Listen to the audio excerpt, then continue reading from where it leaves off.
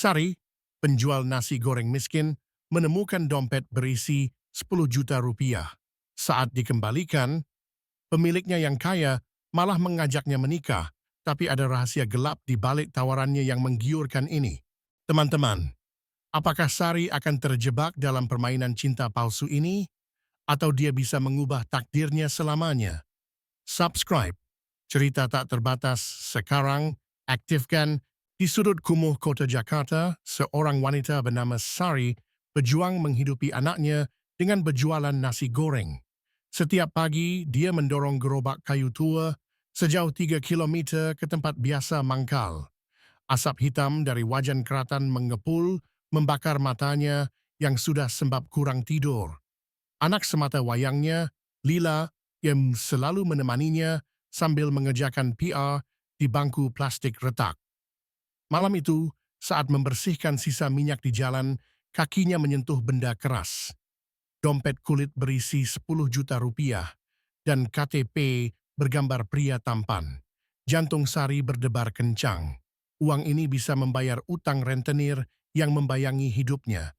Tapi wajah almarhum suaminya muncul dalam pikiran. Kejujuran adalah harta kita, sayang. Dengan tangan gemetar, Sari membuka KTP itu. Namanya Ardi Hartono, alamatnya di apartemen mewah Sudirman. Aku harus mengembalikan ini, bisiknya sambil menatap foto Lila yang kurus, tapi bayangan rentenir dengan goloknya membuat nafasnya sesak. Keesokan harinya, Sari memakai baju terbaiknya, kebaya lusuh warisan ibunya. Di depan apartemen megah, penjaga berseragam rapi menyeringai melihat gerobak kayunya. "Mau apa, Ibu? Ini bukan tempat sampah," ejeknya. Sari menunduk, memperlihatkan dompet itu. "Saya ingin bertemu Tuan Ardi." Setelah pemeriksaan ketat, lift kaca membawanya ke lantai 40. Ardi Hartono membuka pintu, pria tinggi dengan kemeja putih mewah dan jam tangan emas. Matanya menyipit melihat dompet di tangan Sari. "Kenapa tidak kau ambil uang itu saja?" tanyanya dingin. "Saya bukan pencuri, Tuan," jawab Sari sambil menatap lantai. Tiba-tiba Ardi tertawa keras. "Kau sempurna untuk rencanaku. Aku butuh istri palsu selama 6 bulan. Gajinya 100 juta. Tertarik?" Sari terpaku. 100 juta bisa menyelamatkan Lila dari kelaparan. Tapi menjadi istri palsu? Teman-teman, apakah Sari akan terjebak dalam permainan Ardi? Atau dia bisa membongkar kebohongannya? Jangan sampai ketinggalan kelanjutan kisah ini. Like, komen pendapatmu, dan subscribe Cerita Tak Terbatas. Setiap notifikasi adalah dukungan untuk kisah-kisah pemberani seperti Sari. Di gubuk reyotnya, Sari memeluk Lila yang demam. Batuk kering anaknya mengguncang tubuh kecil itu. "Ibu, kapan kita bisa makan daging lagi?"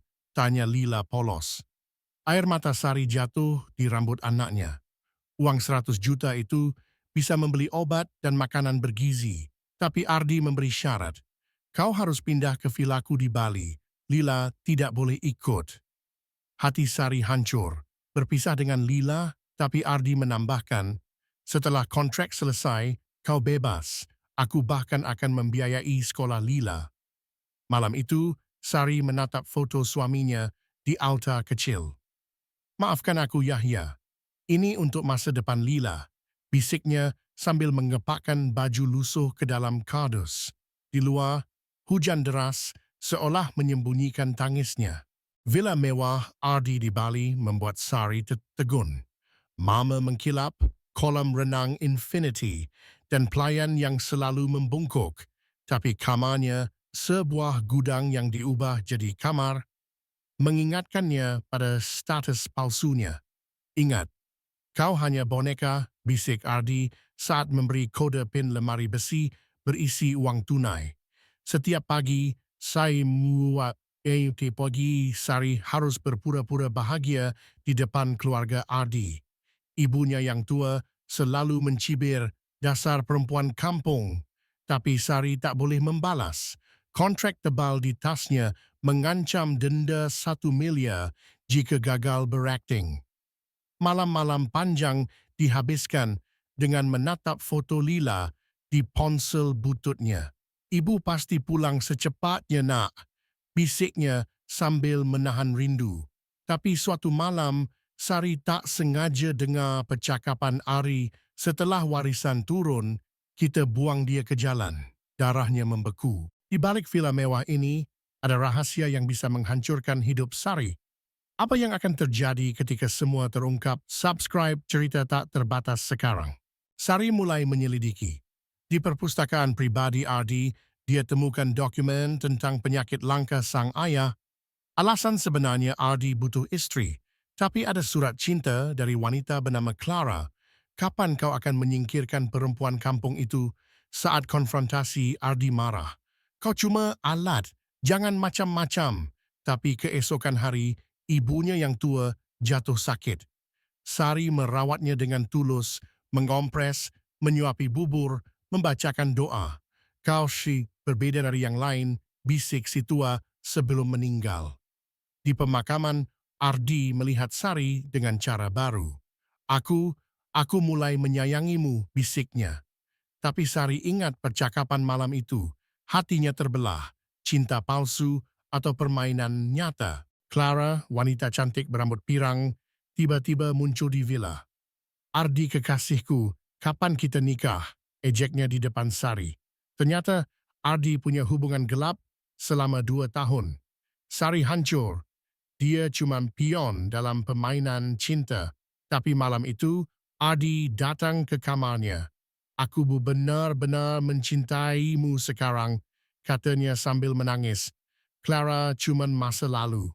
Saat Sari hendak menolak, Ardi menunjuk video call. Lila sedang dirawat di rumah sakit mewah. Aku bayar semuanya. Tolong beri aku kesempatan. Di balkon, Sari memandang laut Bali yang gelap. Cinta atau manipulasi? Uang untuk Lila atau kebebasan dirinya? Angin malam membawa bisikan almarhum suami, percaya nalurimu. Percayakah kalian Ardi benar-benar berubah? Atau ini hanya tipuannya lagi? Subscribe Cerita Terbatas untuk tahu kebenarannya dan jangan dia lupa like jika kamu yakin kejujuran selalu menang. Bagikan ke temanmu yang suka kisah penuh kekejutan.